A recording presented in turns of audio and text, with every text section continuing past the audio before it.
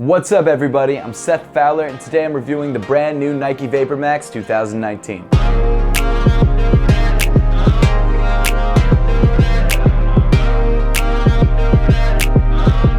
As we all know, 2018 was a great year for sneaker releases, and that's mainly because there was so much variety of shoes being released. There were brand new silhouettes, there was new collaborations, and then of course updates on previous silhouettes from years before. One of the sneakers to be updated last year, kind of quietly, was the Vapormax, and I'm sure you're all familiar with the original Vapormax that had a full Flyknit upper and then that mouthguard sort of Vapormax outsole. Well, last year Nike decided to change things up with their popular silhouette, and maybe not in the way that you'd expect. The Vapormax 2019 is the latest iteration of the Vapormax, and it first dropped back in November of 2018. And as you can probably tell, the only thing that really changed about this sneaker was the upper. They kept this entire mouthguard sort of Vapormax outsole situation the same. Now, I'm not a huge fan of the Vapormax silhouette because it just doesn't work for my foot. This outsole doesn't really rest on my foot well, and it always feels like work when I'm walking in the sneaker.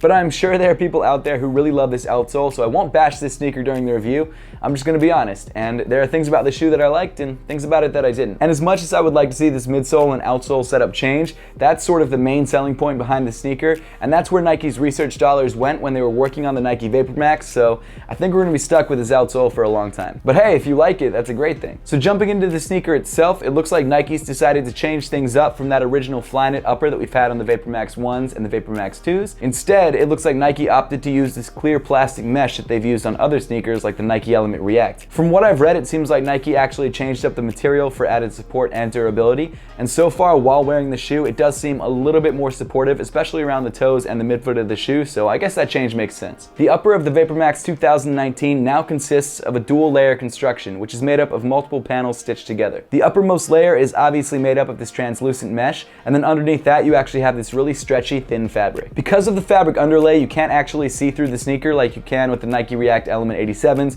but I actually think that's a good thing because the fabric underlay makes this sneaker a lot more comfortable, at least in the upper. As I mentioned, and it's especially obvious on the toe, you've got multiple panels stitched together, and then the stitching is actually covered up by this sort of brown fuse overlay. It kind of gives the upper a unique look, and it definitely fits in better with the new sort of Nike sportswear aesthetic. Moving up the sneaker to the base of the tongue, you get to these yellow rope laces that are actually held in place by these black lace loops. One of the biggest changes between the Vapormax 19 and the previous Vapormaxes is that unlike the previous Vapormaxes where the laces were held in place by flywire, this time around the Vapormax 19 has laces held in place by this sort of internal midfoot cage construction. And I would actually assume that Nike used this translucent mesh to sort of show off this midfoot cage construction just so you get an idea of what you're buying with the sneaker. These two black lace loops in the center of the midfoot are actually attached to this internal orange midfoot cage. So similar to Flyknit, when you actually tighten the laces, it pulls the upper around the midfoot of the shoe together. Not only that, but because this internal midfoot cage is actually wider and thicker than flywire, in theory it should hold your foot better in place than flywire does. Not only that, but Nike's also given this sneaker a separate tongue, which means you can customize the fit a little bit better. Moving up the sneaker to the top of the tongue, you get this sort of futuristic silver metallic tongue tag. This tag almost gives the shoe a lunar lander look, which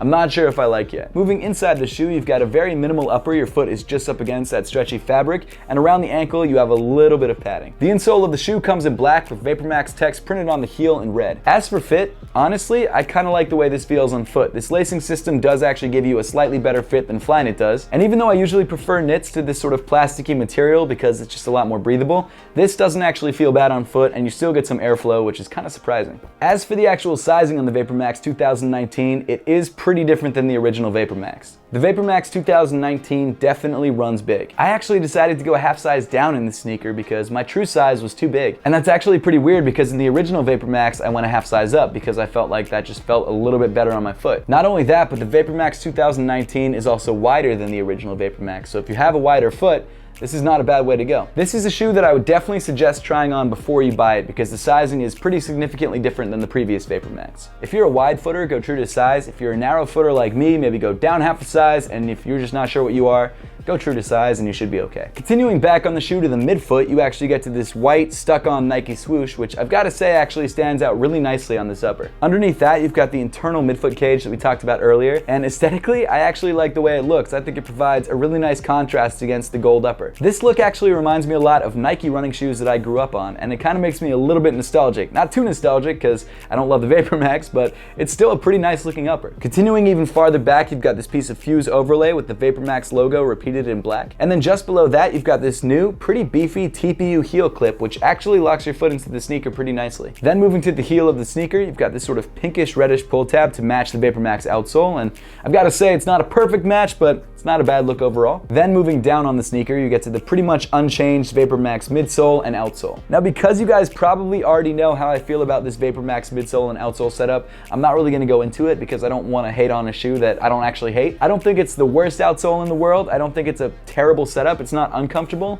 but it's just not for me. The one difference between the 2019's Vapormax midsole unit and previous Vapormax midsole units is that it looks like they've actually gone for sort of a candy paint look, at least on this particular colorway. You've got sort of a translucent red candy coating. Most recently though, I wore a pair of Vapormaxes over the weekend, and it really felt like every time I stepped down, I almost had to put in work to pull my foot back up. But the more I wore it, the less I noticed it, and maybe that's how my stride is, I'm not totally sure, but the Vapormax is not really a shoe I enjoy wearing, and so for that reason, even though I really like the upper of this sneaker, this is probably not a shoe that I'm gonna wear on a regular basis. If you wanna hear more of what I have to say about this midsole unit, check out some of my previous Vapormax reviews because I've reviewed a bunch of Vapormaxes.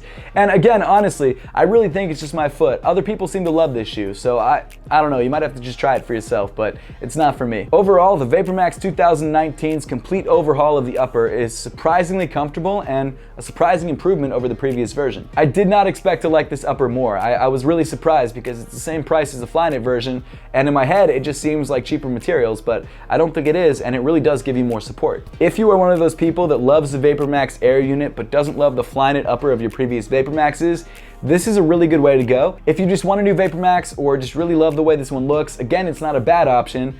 But if you don't like the Vapormax and haven't liked the Vapormax, you're not gonna like this one either. It's pretty much more of the same. But that's pretty much all I've got to say about the 2019 Vapormax. Now, I would love to know your thoughts on this sneaker and whether you're planning to grab a pair for yourself, so make sure to leave those comments in the comment section down below. And as always, thank you so much for watching. Please make sure to give this video a thumbs up if you liked it, subscribe down below if you haven't yet, and I'll see you all in the next one.